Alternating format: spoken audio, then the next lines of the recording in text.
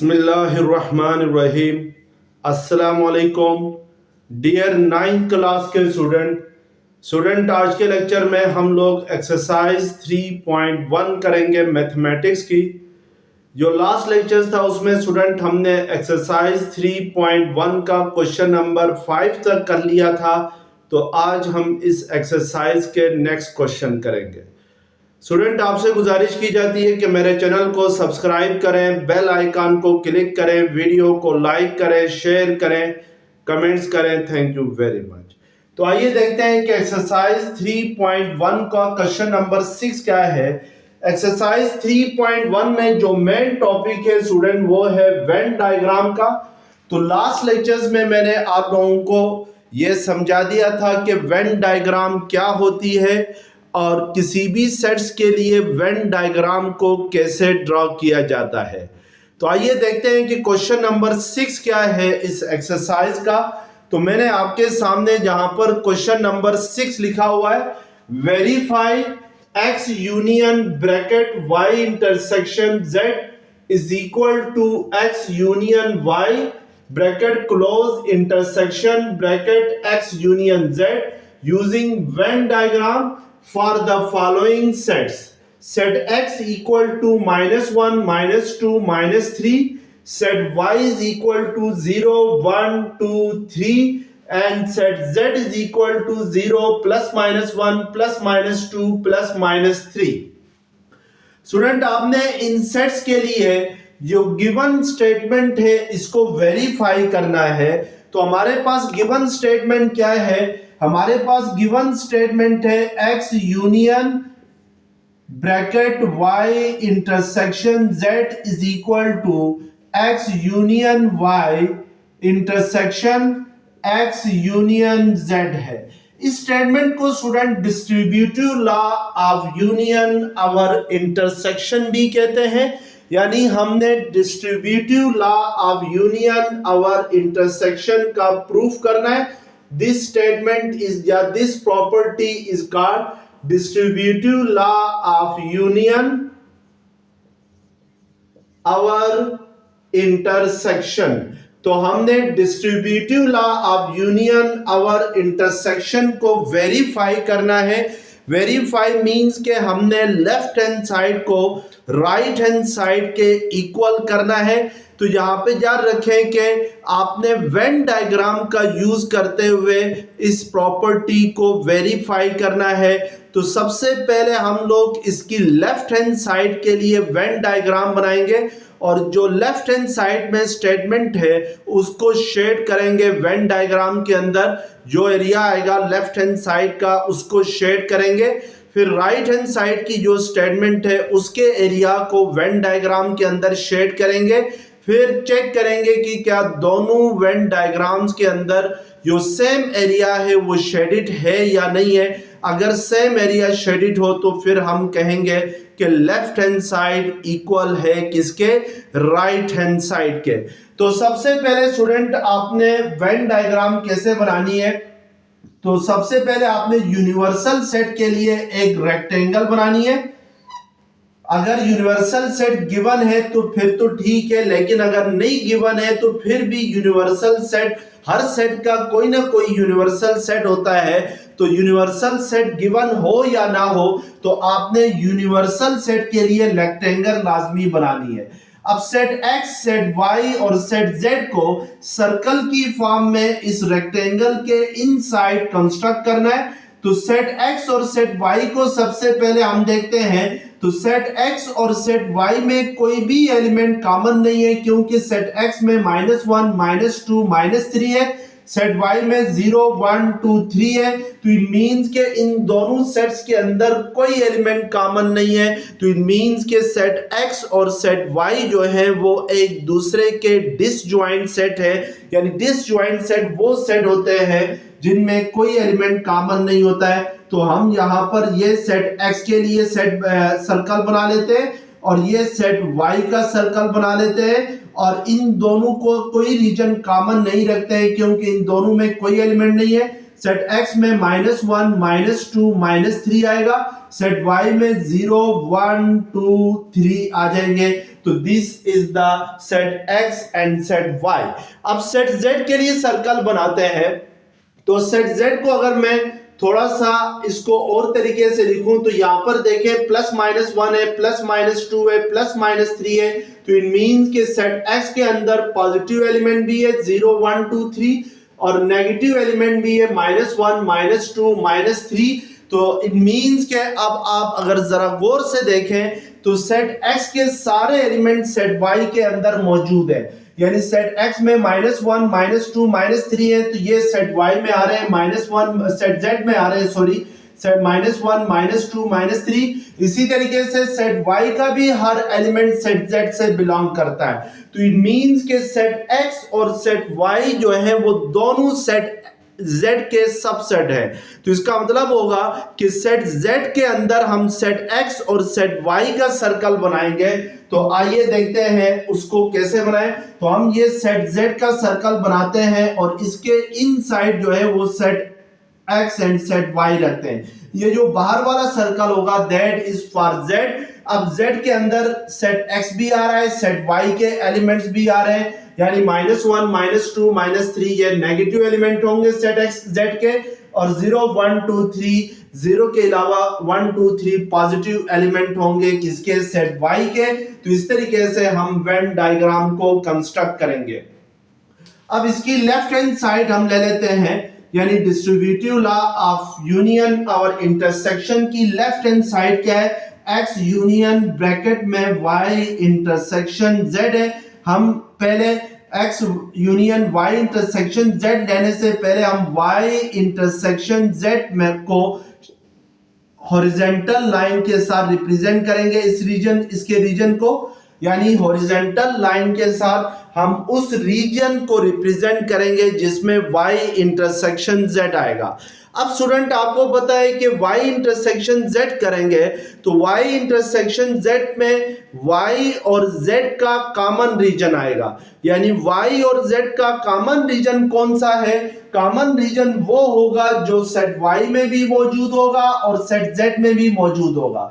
अब चूंकि set y जो है वो सेट z का सबसेट है, यानी सेट y सेट z के इनसाइड है सेट y का सर्कल। तो इट मींस के सेट y के अंदर जितने एलिमेंट्स होंगे वो सारे सेट z के साथ कॉमन होंगे। तो इसको हम लोग हॉरिजॉन्टल लाइन के साथ क्या करेंगे, रिप्रेजेंट करेंगे, यानी सेट y को हम हॉरिजॉन्टल लाइन के साथ रिप्रेजेंट करेंगे because set y is common to set z। अब ये जो y इंटरसेक्शन z वाला जो रीजन आ गया है इसको हमने इसकी यूनियन लेनी है सेट x के साथ, और हमें पता है कि जब भी दो सेट्स की यूनियन लेने तो यूनियन में दोनों सेट्स के सारे एलिमेंट लिए जाते हैं। तो इट मींस के जहां पर सेट x और सेट y इंटरसेक्शन z में यूनियन ले रहे हैं तो इसका मतलब ये होगा कि हमें सेट y इंटरसेक्शन z और सेट x के रीजन को क्या करना होगा, शेड करना होगा।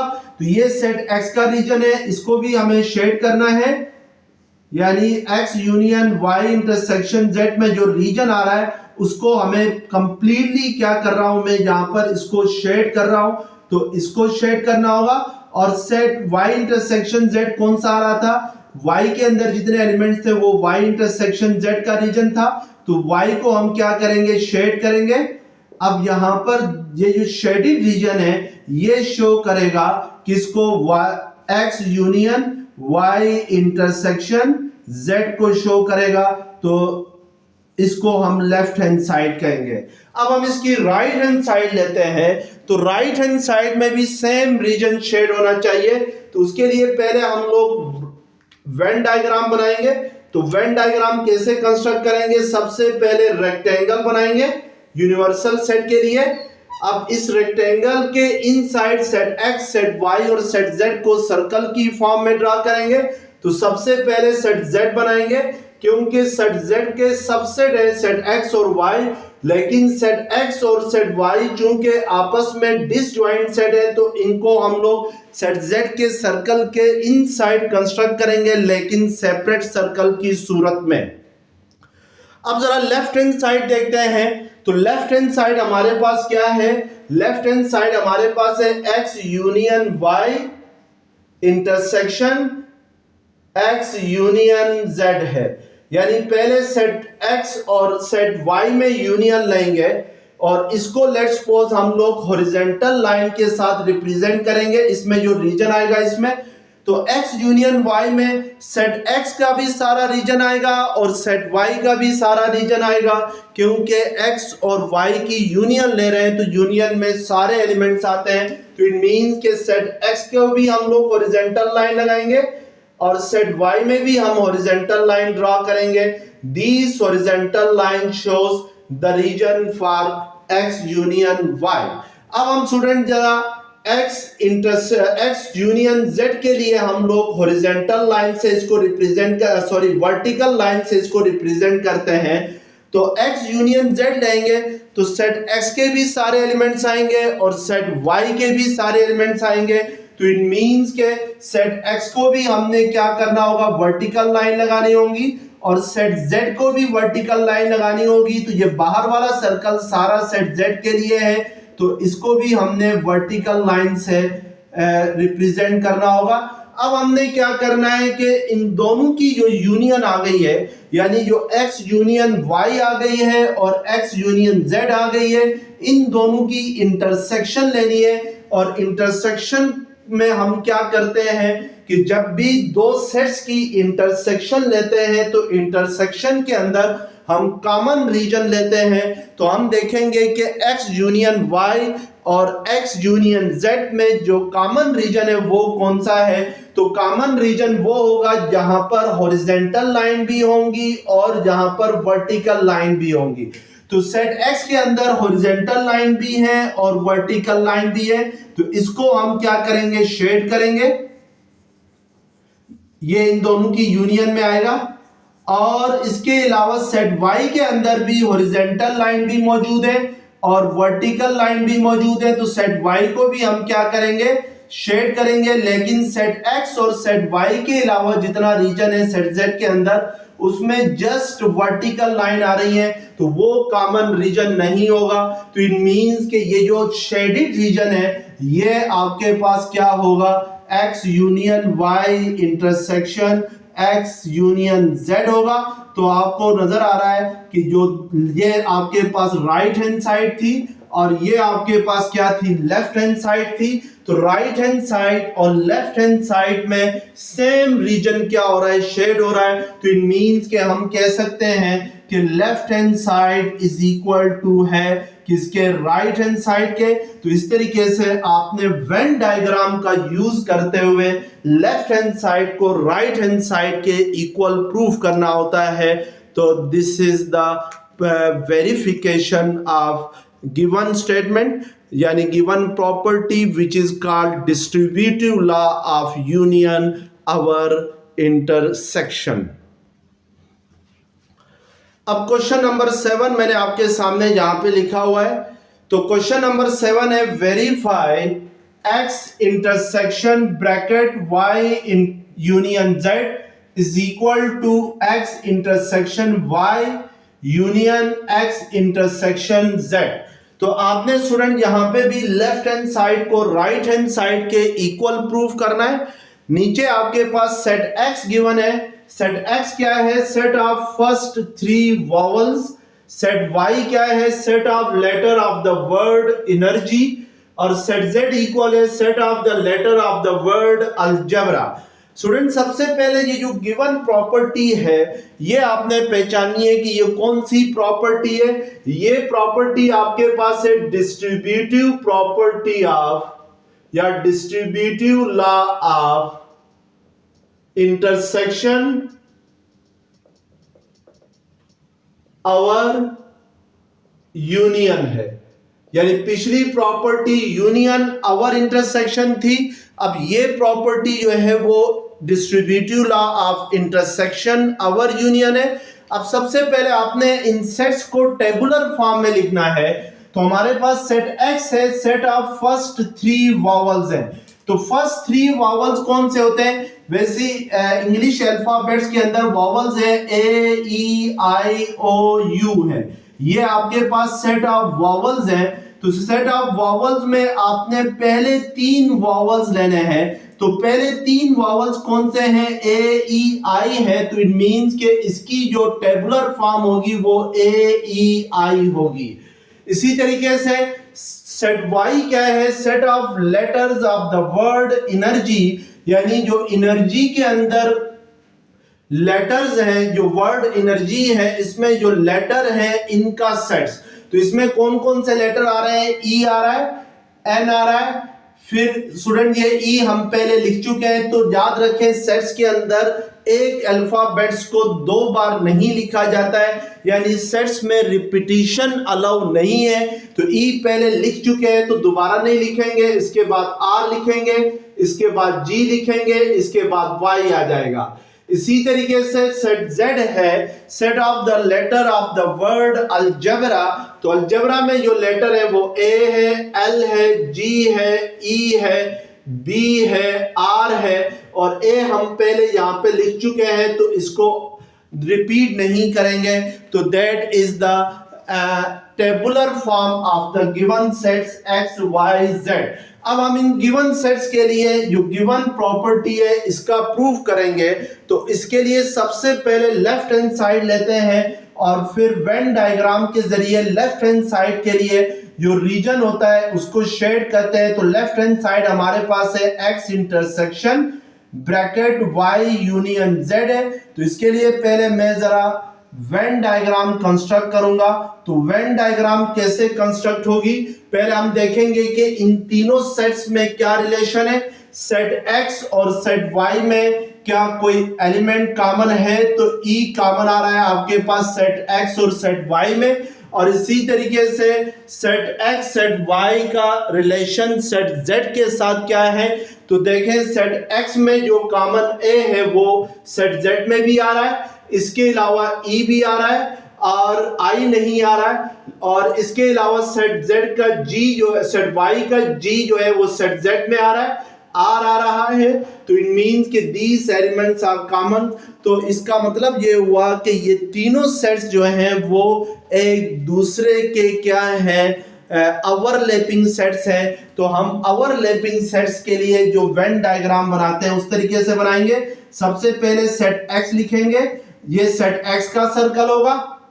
अब सेट वाई का सर्कल ड्रॉ करते हैं। तो सेट वाई का सर्कल का कुछ रीजन हम सेट एक्स के साथ कॉमन रखेंगे, क्योंकि सेट एक्स और सेट वाई में जो कॉमन एलिमेंट्स है वो इस कॉमन रीजन में आएंगे, ई में आ जाएंगे।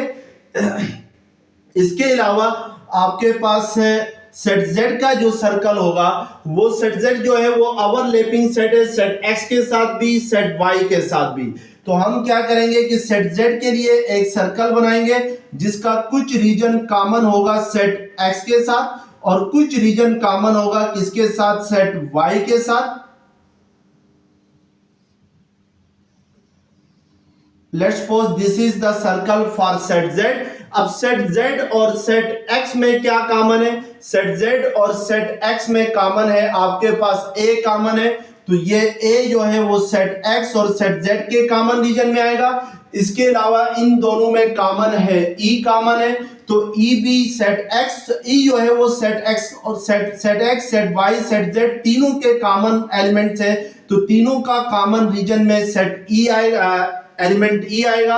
इसके अलावा एक्स और जेड में ए कॉमन है, तो ए जो होगा वो जस्ट सेट एक्स और सेट जेड के कॉमन रीजन में आएगा।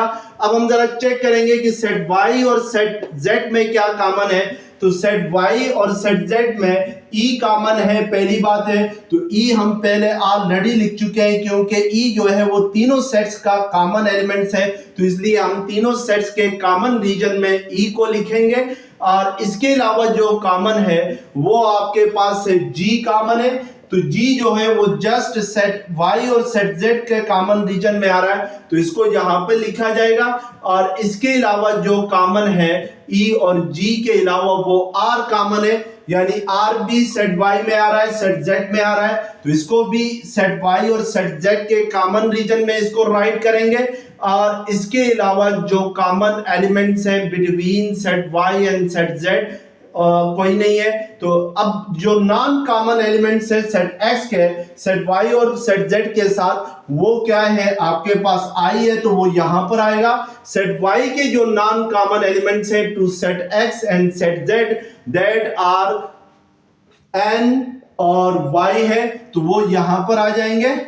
इसके अलावा सेट z की जो नॉन कॉमन एलिमेंट्स हैं to set x and set y, that are l b, l और b जो है वो नॉन कॉमन एलिमेंट्स है सेट z के, तो इनको हम यहां पर सेट z के नॉन कॉमन रीजन में लिखेंगे। तो ये आपके पास वेन डायग्राम बन जाएगी।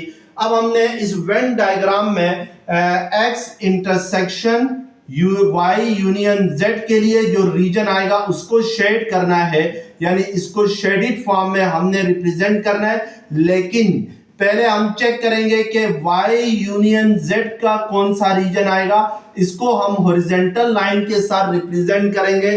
तो y यूनियन z में y के भी सारा रीजन आएगा और सेट z का भी सारा रीजन आएगा। तो सेट y का रीजन कौन सा है, वो ये वाला है, तो ये भी सारा आ जाएगा। और सेट z का रीजन ये वाला है, तो ये भी सारा y यूनियन z में ये सारा रीजन कंक्लूड होगा। अब हमने y यूनियन z की इंटरसेक्शन लेनी है किसके साथ, सेट x के साथ। तो इट मींस के सेट x और सेट y यूनियन z के कॉमन रीजन को हमने शेड करना होगा, क्योंकि इंटरसेक्शन के अंदर दोनों सेट्स का कॉमन रीजन आता है। तो y यूनियन z का रीजन तो ये हॉरिजॉन्टल लाइन के जरिए हमने शो किया है। अब इस ये जो हॉरिजॉन्टल लाइन है इसका कॉमन रीजन सेट x के साथ कौन सा होगा, तो वो ये वाला रीजन कॉमन होगा एक, और दूसरा ये वाला रीजन कॉमन होगा। तो इसको हम क्या करेंगे, शेड करेंगे।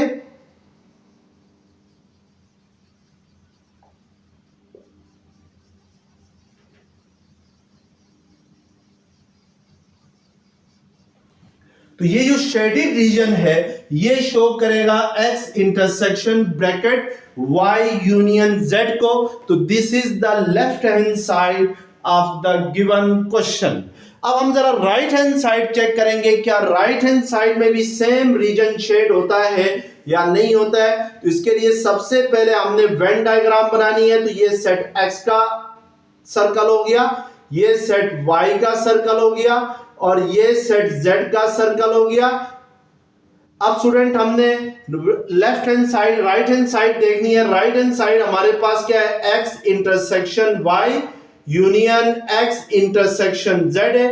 तो पहले हम जरा x इंटरसेक्शन y के लिए जो रीजन होगा उसको हम लोग हॉरिजॉन्टल लाइन के जरिए रिप्रेजेंट करेंगे। तो x इंटरसेक्शन y करते हैं, तो x इंटरसेक्शन y में सिर्फ सेट x और सेट y का कॉमन रीजन आएगा। तो सेट x और सेट y का कॉमन रीजन कौन सा है, वो है आपके पास ये वाला रीजन है। तो इधर हम हॉरिजॉन्टल लाइन लगाएंगे और इसी तरीके से अब हमने शो करना है x इंटरसेक्शन z को। तो x इंटरसेक्शन z में जो रीजन आएगा उसको वर्टिकल लाइन के जरिए हम रिप्रेजेंट करेंगे। तो x इंटरसेक्शन z में ये वाला रीजन आएगा, क्योंकि ये कॉमन रीजन है to set x and set z। अब हमने इन दोनों सेट्स की क्या लेनी है, यूनियन लेनी है, यानी x इंटरसेक्शन y और x इंटरसेक्शन z की यूनियन लेनी है। और हमें पता है कि यूनियन में दोनों सेट्स का सारा रीजन आता है। तो इट मींस के आपके पास हॉरिजॉन्टल लाइन वाला भी रीजन आएगा और वर्टिकल लाइन वाला भी रीजन आएगा। तो इस रीजन को हम क्या करेंगे, शेड करेंगे। तो हमारे पास ये वाला जो रीजन होगा, जो शेडेड रीजन है, दिस रीजन शोज, जिसको मैंने ब्लैक मार्कर से शेड किया हुआ है, ये रीजन किसको शो करेगा, ये रीजन शो करेगा x intersection y union x intersection z को शो करेगा। तो अब आपने चेक करना है क्या लेफ्ट हैंड साइड और राइट हैंड साइड में सेम रीजन शेड हुआ है या नहीं हुआ है। अगर सेम रीजन शेड हुआ है तो फिर आप कहेंगे कि लेफ्ट हैंड साइड इक्वल है राइट हैंड साइड के, तो लेफ्ट हैंड साइड में भी यही रीजन शेड हुआ है और राइट हैंड साइड में भी सेम यही रीजन शेड हुआ है। तो इट मींस के लेफ्ट हैंड साइड इक्वल है किसके, राइट हैंड साइड के इक्वल है। तो इट मींस के हमने वेन डायग्राम के जरिए ये प्रूफ कर लिया कि लेफ्ट हैंड साइड और राइट हैंड साइड आपस में इक्वल है। स्टूडेंट जो नेक्स्ट लेक्चर होगा उसमें हम एक्सरसाइज 3.2 करेंगे। 3.2 के अंदर आपने एप्लीकेशन ऑफ वेन डायग्राम्स के बारे में पढ़ना है। तब तक के लिए अल्लाह हाफिज।